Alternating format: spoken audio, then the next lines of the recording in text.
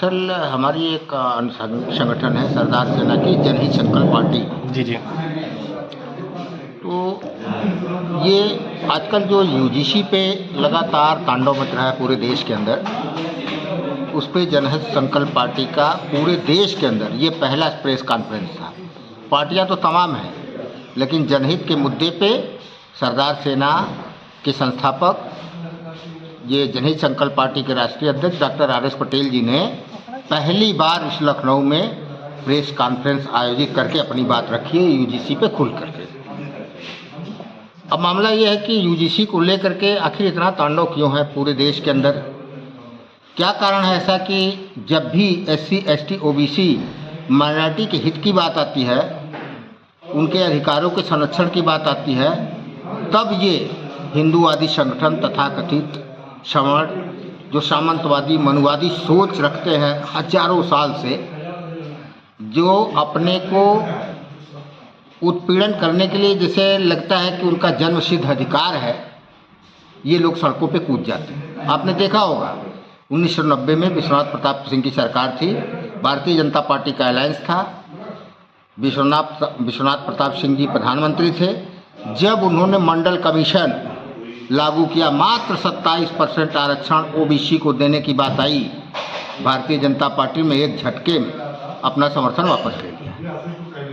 यही स्थिति अर्जुन सिंह साहब का सेंट्रल में जब यूनिवर्सिटी में उन्होंने लागू किया, फिर वही स्थिति थी। स्थिति ये हुआ कि पूरे देश के अंदर ये जो विचित पागल घूमते हैं, जो भीख मांगते हैं, उनको तक को उठा करके जला दिया गया चौराहे पे और कहा गया कि फलाना उपाध्याय, फलाने तिवारी, फलाने आत्महत्या कर लिया।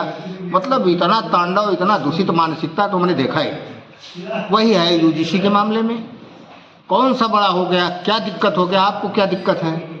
कोई प्रॉब्लम तो है नहीं। बराबर ये जो उत्पीड़न किया जाता था एससी, एसटी, ओबीसी के लोगों का, वही तो है यूजीसी का एक गाइडलाइन कि एक जांच कमेटी बैठाई जाएगी और जहां कहीं भी इस तरीके का जो है आता है, उत्पीड़न का कोई भी प्रकरण आता है, किसी प्रकार का भेदभाव का प्रकरण आता है, तो उसके लिए एक जांच कमेटी बैठाई जाएगी और जांच कमेटी के माध्यम से यह देखा जाएगा कि सच में आपका उत्पीड़न हुआ है कि नहीं, जो सदियों से होता आ रहा है। आखिर इसको कहीं ना कहीं संज्ञान में सरकार ने लिया होगा, यूजीसी ने लिया होगा, तभी तो ये रोल आया है। उस पर आतंक मचाने की क्या ज़रूरत है?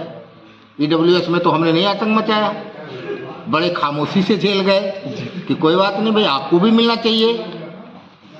तो ये सारी चीज़ें हैं, इनका एकदम निराधार है। अगर इस तरह से जातिगत सोच के कारण सड़क पे इस तरह तांडव मचाएंगे, तो अगर 90% जनता, 90% एससी, एसटी, ओबीसी के लोग जिस दिन सड़क पे आ जाएंगे, उस दिन क्या स्थिति होगी? बड़े शान से आप जो सदन में जा रहे हो, संसद में जा रहे हो, विधानसभा में जा रहे हो, कैसे जा रहे हो, किसके बल पे जा रहे हो?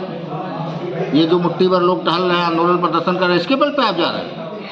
नहीं जा रहे हो, जा रहे हो आप हमारे बल पे। इसलिए ये छोड़ दो, सबके हित की बात करो, किसी के साथ किसी भी प्रकार का मतभेद न हो। ऐसी सोच रखनी चाहिए लोगों को। हमारे इन लोगों को भी जो प्रदर्शन कर रहे हैं, इनको भी इस तरह से प्रदर्शन नहीं करना चाहिए। ठीक सर, धन्यवाद।